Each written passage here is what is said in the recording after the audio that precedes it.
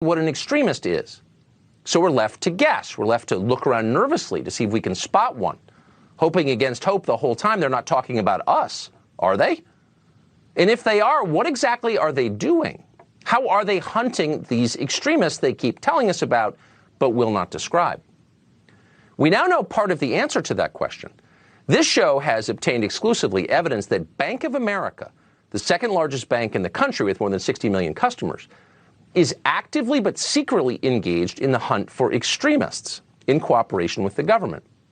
Bank of America is, without the knowledge or the consent of its customers, sharing private information with federal law enforcement agencies. Bank of America effectively is acting as an intelligence agency, but they're not telling you about it. In the days after the January 6th riot at the Capitol, Bank of America went through its own customers' financial and transaction records, a lot of them. Now, these were the private records of Americans who had committed no crime. People who, as far as we know, had absolutely nothing to do with what happened at the Capitol on January 6th. But at the request of federal investigators, Bank of America searched its databases looking for people who fit a specific profile. Here's what that profile was, and we are quoting. Customers confirmed as transacting, either through bank account, debit card, or credit card, purchases in Washington, D.C., between January 5th and January 6th. Number 2, purchases made for hotels, Airbnb, RSVPs in Washington, Virginia, or Maryland after January 6th. Number 3, any purchase of weapons or at a weapons-related merchant between January 7th and their upcoming suspected stay in the D.C. area around Inauguration Day. And 4, airline-related purchases since January 6th. End quote. So what do you notice about that profile? Well, the first thing you notice is that it's remarkably broad. Any purchases of anything in the city of Washington, D.C., any overnight stay anywhere in the 3-state area that spans hundreds of miles, any purchase, not simply of legal firearms, but instead anything bought from a, quote, weapons-related merchant, T-shirts included, and then any airline-related purchases. Not just flights to Washington, flights to anywhere, to Omaha, to Thailand. That is a very, very wide net, an absurdly wide net. Bank of America identified a total of 211 customers who met these, quote, thresholds of interest. And it was at that point, the show has learned, Bank of America turned over the results of its internal scan to federal authorities, apparently without notifying the customers who were being spied upon. Federal investigators then interviewed at least one of these unsuspecting people. And that person, we've learned, hadn't done anything wrong, and in the end was cleared. Imagine if you were that person.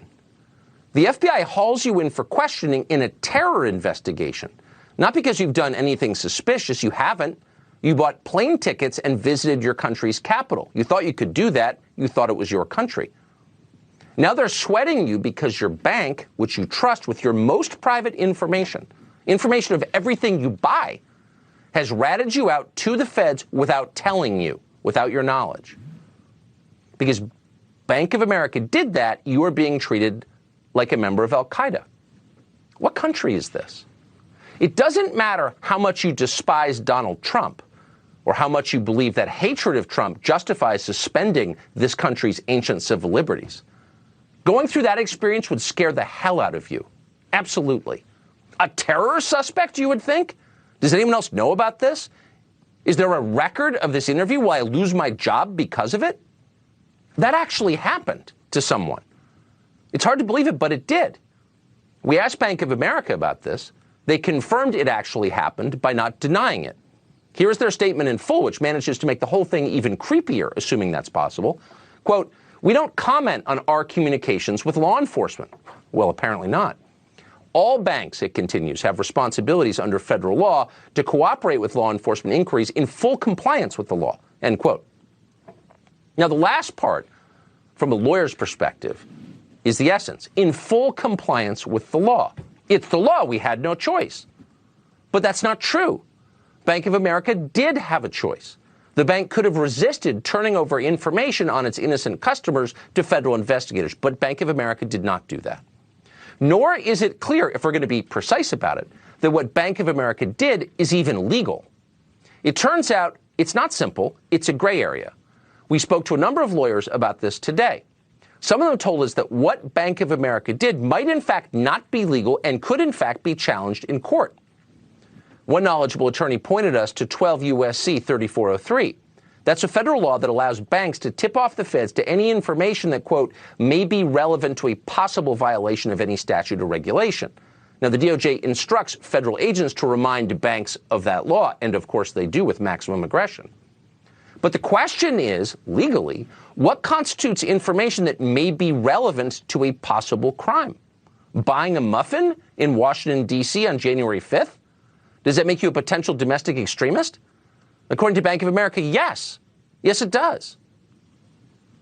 This is the moment when, for the sake of our country and our grandchildren who will live here, we need to pause and breathe deeply, searching for wisdom, avoiding hysteria, and ask, what are the rules?